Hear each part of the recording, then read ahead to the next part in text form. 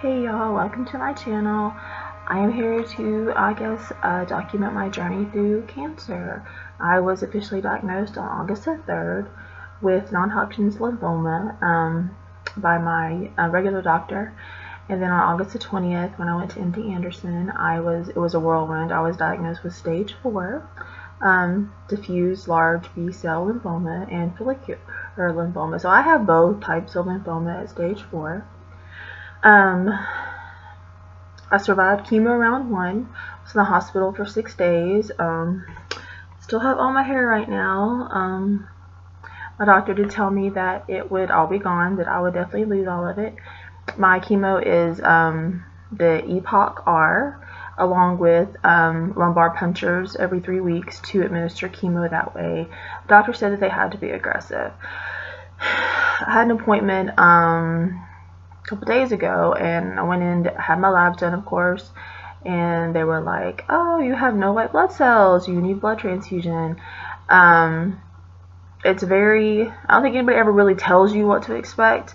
From August the 20th until I was in the hospital on that Friday, it was a ton of tests, more tests than I could ever imagine.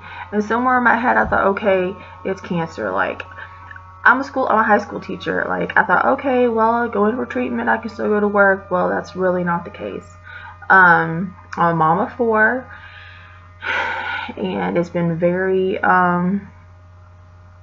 overwhelming. And not that, my story is different from anyone else's. I cried a lot in the beginning. My youngest boy, he's freshman this year, kept telling me, no, mommy, please don't cry anymore. But it was really hard. I knew I was sick. I was sick all last year. I was extremely sick all last year. Cold, sore throats, and then a big lump that happened here on my neck. And it's crazy to think that I have stage 4. And I know it's highly treatable, and they're treating it aggressively. But my life has changed. Of course, like, I don't want to eat. I'm tired. I was in so much pain after the blood transfusion day before yesterday. It's just a whole lot. I plan on doing updates, especially with my kiddos. You'll probably see them all here with me. I do have a twin sister. I told her that, wow, okay, I'm gonna look stupid with no hair. And she's like, no. She's like, don't worry about it. She's like, you're gonna look like you. I guess. And that's the thing too, nobody tells you that either. It's like, okay, somewhere in my head, oh, you just lose your hair. No, you lose your hair, your eyebrows, your eyelashes. And it's just, I don't think anybody ever expresses, I'm not really sure how to put that, but what you're faced with. Like, I'm used to going to work every day. I'm used to being at work every day. I don't even know what's on daytime TV. And here I am having to take care of myself and take all these medications. And chemo round 2 is coming up September 13th or 14th. So that will hopefully be 5 days instead of 6 days in the hospital. I had a really bad reaction the first time. And it's crazy because my friends keep asking me, like, well, how did you get this? And I'm like, I don't know. Like, that's, my God, all those things are like, I really do not know. Like, I think, and it's kind of funny because, like, somebody even mentioned to me, well, do you think you got it because of this? Do you think you got it because of that? And I'm like, I don't think anybody knows, even the doctors, like, exactly how I got this. I was sick, and I got it. My world is very different. Tired all the time. But I have a lot of people out there that love me and support me. So one reason I want to go ahead and do these YouTube videos, because all of my family is pretty much in Virginia and Tennessee, Kentucky, North Carolina, and I am in Texas. Yay, Texas. But MD Anderson is here, and I've lived here for a long time. I'm not real sure. I'm going to try to update as often as I can. That first round in the hospital really wiped me out. It was really hard to bounce back from it. My kiddos, I have, right now 3 in high school, 1 that's out of the house. So they've been trying to help out. So I send, you know, them on errands to go get me things when I need them. And, you know, I try not to cry. To go to the doctor every couple of days anyway between doctor visits. Like, I live at MD Anderson. And having to rely on friends to take me and family members to take me. Like, I'm not one of those people. Like, I'm used to being independent. Like, I'm going to do what I want to do. And in this case, I have to ask for help. I have to take the help.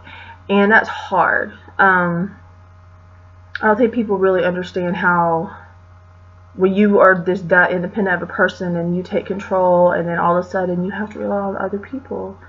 And I know several of my friends have told me, family members have told me, like, you know, you don't deserve this. Well, nobody deserves this. And they've also said, well, if they could take it from you, they would. I wouldn't wish this on anybody. Now, I don't plan on beating this. So my last treatment will be the first week of December of 2018. So I am hoping to be cancer-free in December. So I can hopefully go back to work and teach and coach in January. That's my goal anyway. I don't know, sometimes, you know, might get thrown a loop in that, and that may not happen. But that's what I plan on right now. I guess when it comes time to, my hair seems okay right now. So, and that's just a vanity part. Like, it's just part of it. It's a physical struggle. It's a mental struggle. Like, yesterday I couldn't even get out of bed. I was in so much pain. They had to change my pain medication. And I don't know. I don't know. My boys know that I love them very much. Like, they're my drive for going and going and going. They, Garrett is very into, he's 17, he's very into arts and theater. And then my 16-year-old, he has autism. He's very high functioning, but he has autism, and he's very used to the way I do things. He's very structured. So when I'm not able to do things for him, he gets upset, and it throws him off of his schedule. So even when I don't feel like getting out of bed in the morning to get him up, I'd set an alarm, get myself up, get his medication ready, go in there and get him up like I'm supposed to get him up, because these are my boys, they're my responsibility.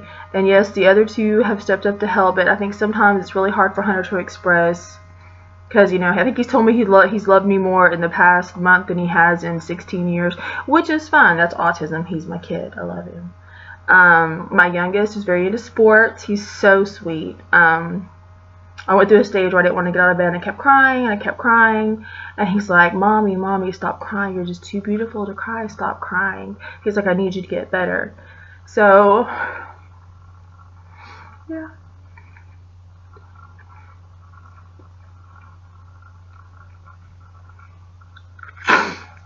But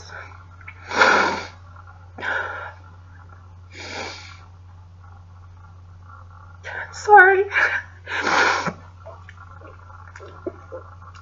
But I definitely plan on keeping y'all updated. Of course, my name is Robin, and this is my channel, and all about being lymphoma. And September is lymphoma awareness, lime green. So yeah, okay. But okay, peace, y'all.